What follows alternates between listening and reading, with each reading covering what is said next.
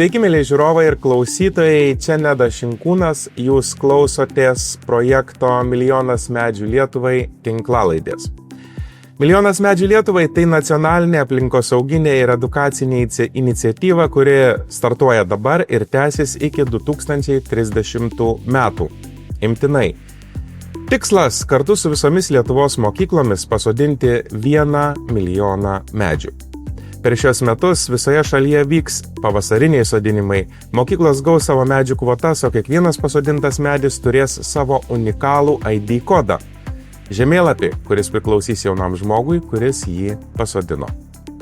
Projektas paremtas ne tik sodinimu, jis turi edukacinę programą Medžių misija, kasmetinę žaliąją darome dieną, žemėlapį, skaitiklį, mokyklų konkursas ir be abejo didįjį finalą – Milijono medžių parką 2030 metais.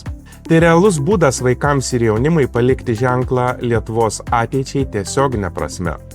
Ir šiandien pas mane žmogus, kurio klausosi, kurį seka socialiniuose tinkluose Lietuvos jaunimas, tai yra projekto ambasadorius, turinio kūrėjas, socialinių tinklų žvaigždė Laurynas Odaikas. Labas, Laurynai. Klausyk, pristatymas toksai.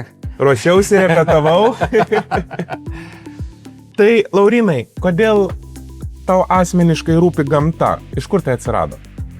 Aš manau, kad mes lietuviai apskritai turbūt kaip paskutiniai pagonys Europoje, ar ne, esam arčiausiai turbūt gamtos, nes kažkada tai buvo dievai mūsų, ar ne, ir mes vis dar prie to esam turbūt kad likę, nes vis tiek esam pakankamai dar iš, kaip čia sakyt, provincijos kilusi, nesumiestėjusi tauta ir netgi dabar, ką pastebiu, tai netgi mano bendramžiai tie, kurie miestuose užauga, iš naujo atranda mišką su visais jo privalumais, tiek poilsiui, rekreacijai, grybavimais, pasivaikščiojimais, stovyklavimais, o aš tai turbūt gal labiausiai iš tos pusės, kad nuo pat mažens tėtis mane kartu imdavo medžioti.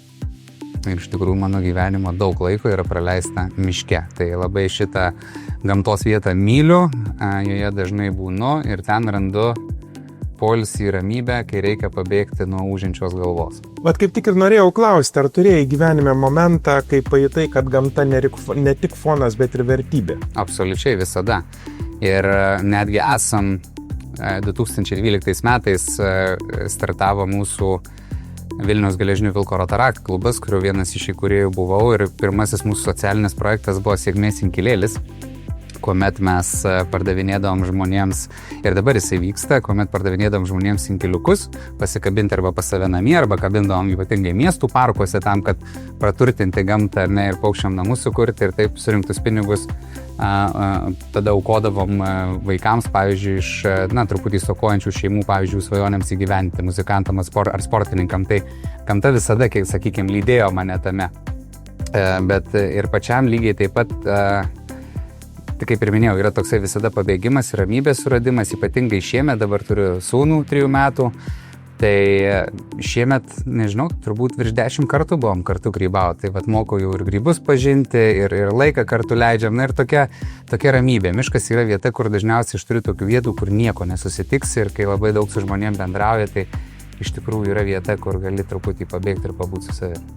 Sakyk, Laurynai, kaip tu manai, kodėl jauni žmonės turėtų rūpintis medžiais? Tai visų pirma, gal ir šiek tiek banaloka, bet tai yra žemės plaučiai, vienaip ar kitaip, ar ne, oras, kuriuo mes kvėpuojam ir be kurio neišgyventume, tiesiogiai priklauso nuo to, kaip mes turime miškų. Tai yra, manau, kad neatsiejamas Lietuvos landšafto elementas, ar ne, nes mes visada didžiuojame savo gražią gamtą. Daugybė priežasčių, čia būtų turbūt labai sunku įvardinti, man atrodo, kad kiekvienas atranda savy, kodėl jam rūpi miškas, ar ne? Ir dabar tikrai labai daug matom, kai žmonių ypatingai per COVID, kai išsikėlė iš miestų, atrado iš naujo tą gamtą, atrado sodybas, atkuria visokius vienkiemius, ar ne, kurie jau buvo kažkada apleisti ir iš tikrųjų tas, man atrodo, toks reversas įvyksta pas mus dabar visuomeniai, kai visi ieško nors menkiausios progos šiek tiek pabėgti iš miesto į miškus. Tai jeigu mes jų nepuoselėsim, mes jų nesaugosim, tai ir neturėsim tos vietos, ar ne? Tai man atrodo toks labai elementarus tas dalykas, bet kiekvienas, man atrodo, atranda tikrai savo tų priežasčių ir man atrodo, kad tema Lietuvoje šita yra dabar ypatingai aktuali ir kažkaip nėra abejingų tam žmonių. Sutikai tapti būtent šio projekto ambasadoriumi. Kodėl tau svarbu būti šios iniciatyvos dalimi? Tai pirmiausia, aišku, ačiū Valstybiniai miškų tarnybai už kvietimą prie tokio prasmingo projekto prisijungti.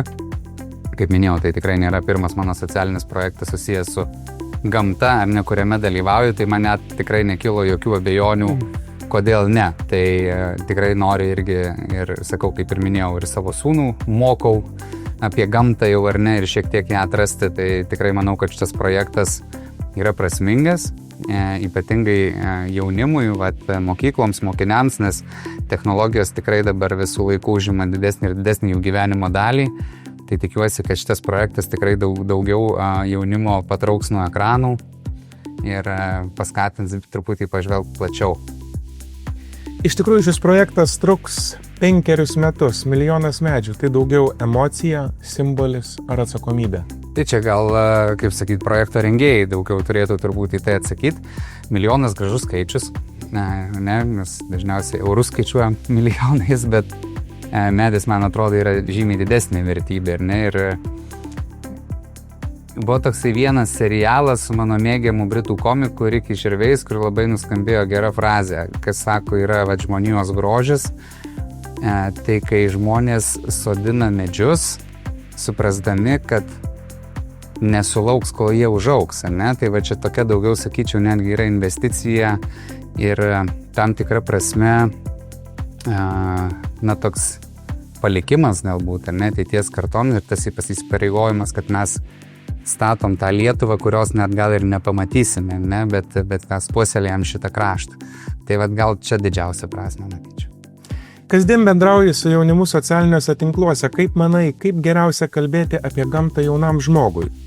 Kas iš tikrųjų turėtų jaunimą paveikti? Tai ne tik su jaunimu, nelaikau aš jau savęs čia tokiu jauną, jau 40 būdamas, sakykim, bet aš kažkaip galvoju ir dabar matau ir sūnų augindamas, kad geriausiai kalbėti tiesiai, ne, ir be užuolankų, ir to politkorektiškumo ir šiaip jau tai mūsų visuomenė nestinga, aš tikrai labai kartais pasigendu tokio tiesioginio prieimo prie klausimų. Tai lygiai kaip pavyzdžiui, aš žiūriu į krašto apsaugą, į gynybą, pats šiemet irgi įstojau kariuomenę, kad visų pirma mes turim tai parodyti savo pavyzdžių, kad patys daro.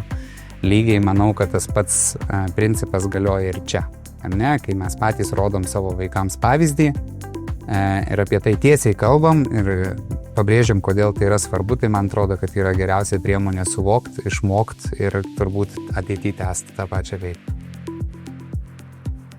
Jeigu pats galėtum rinktis, kokį medį savo vardu sodintum ir kodėl? Geras klausimas. Ąžuolas gal būtų banaloka, ar ne?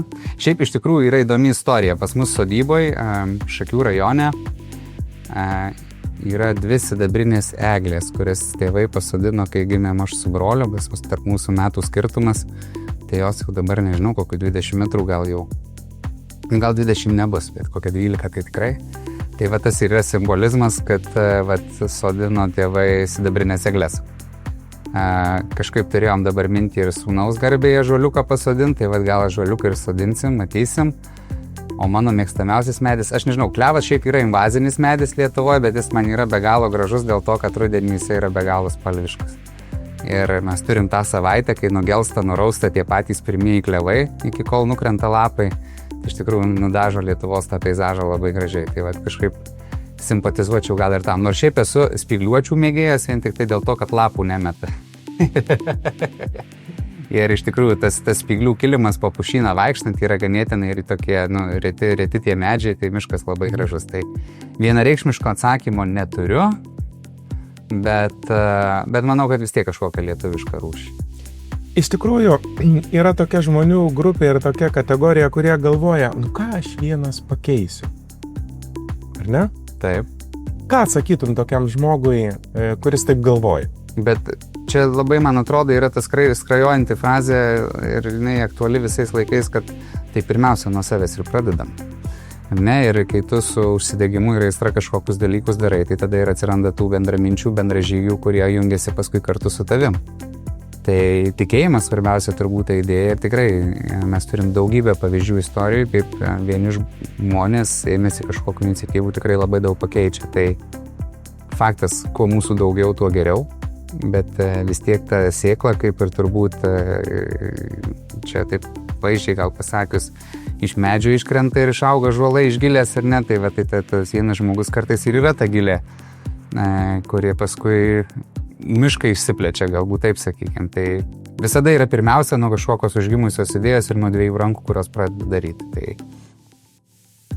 Jei turėtum galimybę visiems vaikams, jaunimui Lietuvoje pasiųsti vieną žinutę gamtos tema, kokia ji būtų? Man atrodo, gal čia, klausimas platus ir abstraktus, bet man atrodo, kad meilė gamtai šiuo atveju yra šiek tiek ir meilė savo, ar ne? Vat, nenori labai čia kažkokį cinizmą suvesti, bet mes čia gyvenam, ar ne? Čia yra vat, mūsų namai, tai kaip ir mes namus norim turėti tvarkingus, gražius, tai gamta plačiaja prasme, man atrodo, lygiai simbolizuoja tą patį, ne? Kad kuo mes turėsim labiau užpuoselėti tą natūralią tą gamtą aplinkui, tai irgi savotiški yra mūsų namai. Tai mes ją privalom saugot maksimaliai kiek galim. Aišku, kaip sakyti, visada vyksta mūsų rūšies ir gamtos kova, ne, bet visumoje tai manau, kad čia yra patys svarbiausi dalykai, nes jeigu mūsų protėviai būtų nesirūpinę tais dalykais, tai mes šiandien neturėtume kur nueiti, ne, tai lygiai tą pačią turbūt pareigą turim ir mes. Labai paprastai. Ačiū Laurynai, kad esi kartu su projektu Milijonas medžių Lietuvai ir įkvėpi jaunus žmonės prisidėti prie žalios Lietuvos vizijos. Tai ačiū už pakvietimą dar kartą ir labai tikiuosi, kad per ateinantį tą 5-metį nuveiksim Lietuvai gražių darbų. Taip, ačiū Laurynai, smagu. Dėkui. Na, o ačiū visiems, kurie žiūrėjo ir klausėsi. Primenu, kad projektas jau startuoja ir iki 2030 metų kvies kiekvieną Lietuvos mokyklą, ugdymo įstaigą, realiai kiekvieną iš jūsų prisidėti prie šio projekto, pasodinti savo medį, savo klasės medį, bendruomenės, kartos medį. Sekite naujienas, dalinkite šiuo epizodu ir auginkime žalią Lietuvą kartu. Laidą rengė Nedas Šinkūnas. Iki kitų susitikimų.